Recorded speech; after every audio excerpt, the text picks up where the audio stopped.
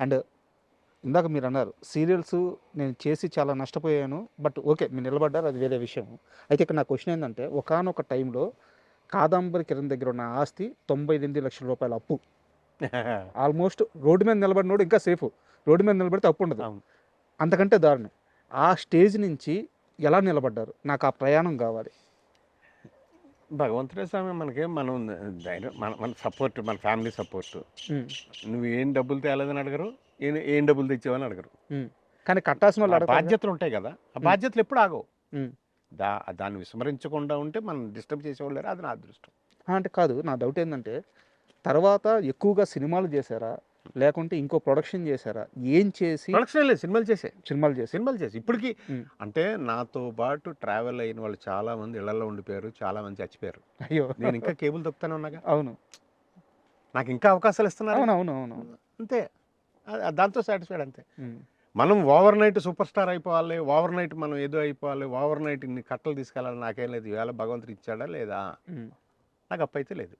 ఏ రోజు భయపడలేదు సార్ అంత తప్పు చూసిన నో. తర్వాత? ఉమ్, భయం మనం సైతం పెట్టక ముందు ఉండేది, ఉమ్, ఉలిక్కుబడి లేవటాలు. ఎందుకంటే ఒక పక్క అచ్చుతూ చచ్చిపోవటం ఇవన్నీ చూసిన తర్వాత ఉమ్, బాధ్యతలు నెరవేర్చుకుంటాగానే ఏం పోతాం ఏంటి మనం, ఉమ్. ఎలాగని టెన్షన్ ఉండేది. మనం సైతం తర్వాత పోతే ఏంటి, వాడు పోలే, వీడు పోలే, నడుస్తూ చచ్చిపోయారుగా మన పక్కన కరోనాలో. సార్ మరి నువ్వు ఉన్నది ఎందుకు? ఉన్నంతకాలం నలుగురికి ఉపయోగపడితే మన ఎట్టి పరిస్థితుల్లో కష్టంలో ఉన్నవాడికి నాకేమైనా అయితే వీడు ఉంటాడు అనేది కావాలి. నాకేమైనా అయితే అంటే పోవటమేగా, పోయిన తర్వాత ఏమవుతుంది నీకు తెలుసా? సార్ వాడికి తెలియదుగా. అవును. కానీ వాడు పోయిన తర్వాత అంటే వాడికి ఏదైనా కష్టం ఉంటే వీడు ఉంటాడంట, ఆ నమ్మకం నిలబెట్టుకోవాలి. ఉమ్, దానికి అదే నా పవర్ఫుల్, అదే నా పవర్. సార్ అంతే. అండ్ మీరు సినిమా ఛాన్సుల గురించి చెప్పారు కాబట్టి పేకాట సరిగ్గా రాదని చెప్పి కాదంబరి కిరణ్కి అవకాశాలు ఆపేసింది ఎవరు? అంటే అప్పుడు మామూలుగా ప్యాకెట్లు ఎక్కువ ఆడేవారు. ఉమ్, అంటే జనరల్ డిస్కషన్లో ఏమవుతుందంటే, అప్పుడున్న పరిస్థితుల్లో నాకు వేషం రావాలంటే డైరెక్టర్కి ఆ కో డైరెక్టరో లేకపోతే మెయిన్ ఎవరైతే ఉంటారో వాళ్ళకి చెప్పినప్పుడు ఇలా ఉంటుందండి, ఇలా బ్యాచ్ అండి చెప్తారు కదా. ఉమ్, ప్యాకెట్ లేక వద్దని వారు, వాడు ప్యాకెట్ ఆడ్డే కదా, వాడికి రాదు. కంపెనీ ఉండదు. ఉమ్. మరి నేర్చుకున్నారా పేకాట? ప్యాకెట్ నాకు అప్పటికి వచ్చు, కానీ ఆడేవాడు కాదు. ఉమ్, ఎందుకంటే నేను అందుకనే నేనేంటంటే అలాంటి వాటికి నేను వెళ్ళకుండా దీంట్లోకి వెళ్ళా. సార్ అండ్ ఒక స్ట్రైట్ క్వశ్చన్ అడుగుతాను సార్. అంటే నేను మామూలుగా గెస్ట్ని అడిగేటప్పుడు మీ ఇష్టం చెప్తే చెప్పండి, లేకుంటే లేదు స్కిప్ చేద్దాం నాకు అంటాను. ఏమీ లేవు అలా. లేదు, నాకు మాత్రం ఈ క్వశ్చన్ ఖచ్చితంగా సమాధానం కావాలి. ఓకే. దేనికి భయపడని కాదంబరి కిరణ్ తన కులాన్ని ఎందుకు బహిరంగంగా చెప్పడానికి, ఇండస్ట్రీ పరంగానే ఓన్లీ ఇండస్ట్రీ పరంగా నా కులం ఇది అని చెప్పడానికి ఎందుకు ఎప్పుడు ఇష్టపడరు? కాదంబరి పెట్టుకున్నదే అందుకని. కాదంబరి అంటే బ్రాహ్మణుని కదా, బ్రాహ్మణుని చెప్తాను నేను. కానీ లేదా కులం అడ్డంకి అనేది మిమ్మల్ని చాలాసార్లు అంటే అవకాశాల పరంగా అదే లేదు, అవకాశాల పరంగా అలా లేదు. అలాగైనా కానీ బ్రాహ్మణ కులంలో ఉన్న వాళ్ళందరూ నన్ను ఎంకరేజ్ చేశారని కాదు, ఉమ్, నన్ను ఎంకరేజ్ చేయలేదని కాదు. ఉమ్, నాకు ఎవరైనా ఏ కులమైనా కానీ నాకు వేషం ఇచ్చిన వాళ్ళే, ఉమ్, నాకు డబ్బులు ఇచ్చిన వాళ్ళే, ఉమ్, నేను పనిచేసినందుకు డబ్బులు ఇచ్చిన వాళ్ళే. ఉమ్, అసలు నాకు నాకు అలాంటి ఇబ్బంది. అన్న తల్లి పేరు చెప్పుకోవడానికి సిగ్గుపడినట్టుంది మీరు చెప్పింది. నో, ఉమ్, ఎవరి కులం వాళ్ళకి, వాళ్ళు కావాలని ఆ కులం పుట్టలేదుగా. ఉమ్, సో కులం వాళ్ళకి తల్లి లాంటిదే. ఉమ్. అది నేను చెప్పుకోవడం నాకు కాదంబరి కులం అనేది మీకు ఎప్పుడు అవకాశాలకు అడ్డంకి కాలేదా? అంటే అది వాళ్ళ ప్రాబ్లం, నా ప్రాబ్లం అయితే కాదు. నాకే ఏమో పోనీ ఏం కాదు. నేను అసలు అబ్బే, మరి ఇంకొకరు కూడా నాకు ఇస్తున్నారుగా వేషం, ఉమ్. చాలు. అండ్ ఇప్పుడు దాకా మనం మాట్లాడుకున్న మాటల్లో తెలియకుండా అచ్యుత్ గారి పేరు రిపీటెడ్గా వస్తా ఉంది. అవును, వాడు అంటే ఇక్కడ ఉంటాడు, ఇలాగా గాలి చుట్టూరా నా పక్కన ఉంటాడు. ప్రతి ఆర్టిస్ట్కి సార్ చనిపోయే లోపల ప్రతి ఆర్టిస్టు కోరుకునేది ఒకటి ఉంటుంది, అంటే ఆడియన్స్ యాక్సెప్ట్ చేయడం, రిలేటబుల్, వాళ్ళని సొంతం చేసుకోవడం అనమాట. వీడు నా మనిషి, వీడు మా యాక్టర్, వీడు మా స్టార్ అని చెప్పేసి. అచ్యుత్ గారు చనిపోయే సమయానికి అలా సొంతం చేసుకున్న వాళ్ళు, ఆయన ఓన్ చేసుకున్న వాళ్ళు కొన్ని లక్షల మంది ఉన్నారు. ఈ రోజుకి కూడా ఆయన ఎందుకు చనిపోయారు అనే దాని మీద చాలామంది అసలు షాక్ అవుతుంటారు అనమాట. ఆయన ఏదో వ్యాపారం స్టార్ట్ చేసి నష్టపోయారని కొంతమంది, స్నేహితులు మోసం చేశారని కొంతమంది చెప్తుంటారు. అసలు అచ్యుత్ గారి మరణం వెనక ఏం జరిగింది? అంటే అనారోగ్యాన్ని వాడు సీరియస్గా తీసుకోవాలి. 4-5 రోజుల నుంచి తేనె ప్లే వస్తున్నా అన్నాడు. జెల్సులో ఏదో ఉండి, జెల్సులో అవి తాగేవాడు, తెచ్చుకొని ఏదో చేశాడు. Heart attack. ఫాదర్ కూడా అదే ఏజ్లో పోయారంట.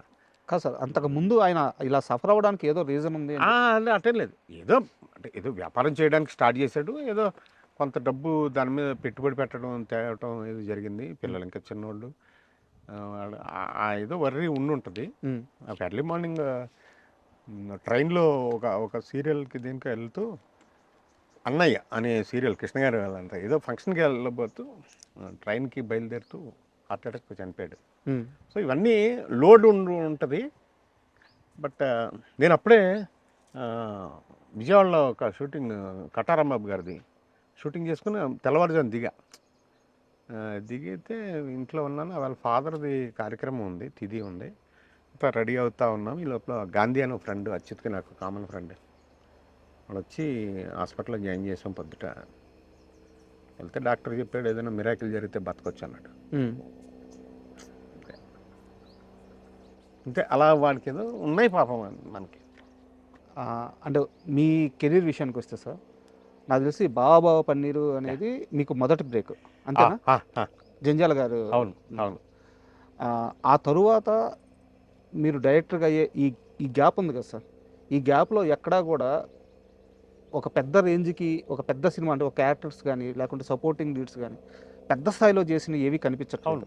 అన్నీ నాకు తెలిసి చిన్న చిన్న ఆర్టిస్ట్ రోల్స్ మాత్రమే చేసుకుంటూ వెళ్ళిపోయారు. ఎందుకు ఆ సమయంలో మీకు అలాంటి పాత్రలు రాలేదు? ఫేట్, ఇట్ ఈస్ ఫేట్ అంతే, మన దురదృష్టం అంతే. ఎవడ అయితే నేను ఇంకో క్వశ్చన్ అడుగుతాను. కెరీర్ స్టార్టింగ్లో ఇక్కడ నుంచి మధుసూదన్ గారి ఇన్స్టిట్యూట్లో కోచింగ్ నేర్చుకున్న చాలామంది కూడా ఇక్కడ కోచింగ్ అయిపోగానే చెన్నై వెళ్ళిపోయారు. అవును. చెన్నై నుంచి మళ్ళీ వాళ్ళంతా హైదరాబాద్ తిరిగి వచ్చారు. మీరు మాత్రం నాటక రంగం బ్యాక్డ్రాప్లో ఇక్కడ ఇండస్ట్రీలోకి వచ్చారు, మీడియాలో వర్క్ చేశారు, ఇక్కడే ఉన్నారు. చెన్నై వెళ్ళకపోవడం కాదంబరి కిరణ్లో చేసిన అతిపెద్ద తప్ప? అట్లేం లేదు, అట్లేం లేదు. అప్పటికి అంటే మేము తయారవుతున్నప్పటికి ఇండస్ట్రీ వస్తూ ఉంది. బట్ చాలామంది ఎత్తుక్కుంటూ వెళ్ళిపోయారు కదా, అక్కడ వెళ్ళిపోయారు, వెళ్ళిన వాళ్ళు వస్తారు మళ్ళీ. కానీ అక్కడ నుంచి వచ్చేటప్పటికి ఒక పెద్ద వంశీ గారితోనూ అలా పెద్ద పెద్ద కాంటాక్ట్స్ వాళ్ళకు ఒక ఆల్రెడీ ఒక జెల్ అయిపోయారు వాళ్ళంతా. ఇక్కడ ఉండిపోయిన కాదంబరి కిరణ్ మాత్రం అలా జెల్ అవ్వడానికి ఆలస్యం అయింది. అది పెద్ద సమస్య అయిపోయిందని అనుకోవచ్చా? నేను అంటే ఆ కోణంలో నేను ఎప్పుడు ఆలోచించాల, నాకు తెలీదు కూడా. ఏమో మీరు చెప్పిన దానికి ఉండొచ్చేమో మరి. బట్ ఇట్ ఈస్ అంటే ఉదాహరణకి మీ స్నేహితుడు శివాజీ రాజా గారి గురించే చెప్తాను. ఆయన ఇక్కడ ట్రైన్ అయ్యారు, చెన్నై వెళ్ళారు. ఆయన అక్కడికి వెళ్ళిపోయిన తర్వాత పెద్ద వంశీ గారి సినిమాల్లో ప్రయత్నించారు. అక్కడ ఆల్రెడీ ఉన్నప్పుడే రాజేంద్ర ప్రసాద్, నరేష్ ఇలాంటి స్టార్ హీరోలతో ఒక స్నేహం ఏర్పడింది. కళ్ళు సినిమా, ఒక ఫ్రెండ్షిప్, 4 పరిచయాలు చాలా పెద్ద స్థాయిలో జరిగిపోయినాయి అప్పటికే. బట్ మీకు మాత్రం అది జరగలేదు. అంటే ఉండొచ్చు, అంటే అట్లా ఏమో నేను అలా ఆలోచించలేదు. అంటే శివాజీ మంచి కళ్ళు సినిమా అసలు అతని కళ్ళే చాలా అందంగా ఉంటాయి.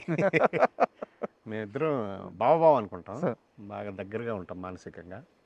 మరి చాలా కలిసి చాలా సర్వీస్ చేసాం సమాజంలో. ఏమైనా పట్మని వెళ్ళిపోతూ ఉంటాం. అతన్ని కుర్రాల రాజ్యం కూడా వన్ ఆఫ్ ది హీరోస్ ఆయన. అవును, శివాజీ, ఆనంద్, ఆలీ, శివాజీరాజు, చిన్న.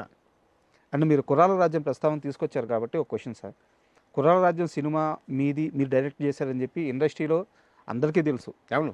కాకపోతే వికీపీడియాలో మాత్రం డైరెక్టర్గా వేరే పేరు ఉంది. అయ్యా, బోయపాటి కామేశ్వరరావు సంథింగ్ ఏదో పేరు. బోయపాటి కామేశ్వరరావు ఉందా? అది తప్పు మరి. అంటే బోయపాటి కామేశ్వరరావుది కుర్రాల రాజ్యం సినిమాకి 1 వీక్ తర్వాత ఒక సినిమా రిలీజ్ అయింది అతనిది. సార్ నాకు స్నేహితుడే అతను.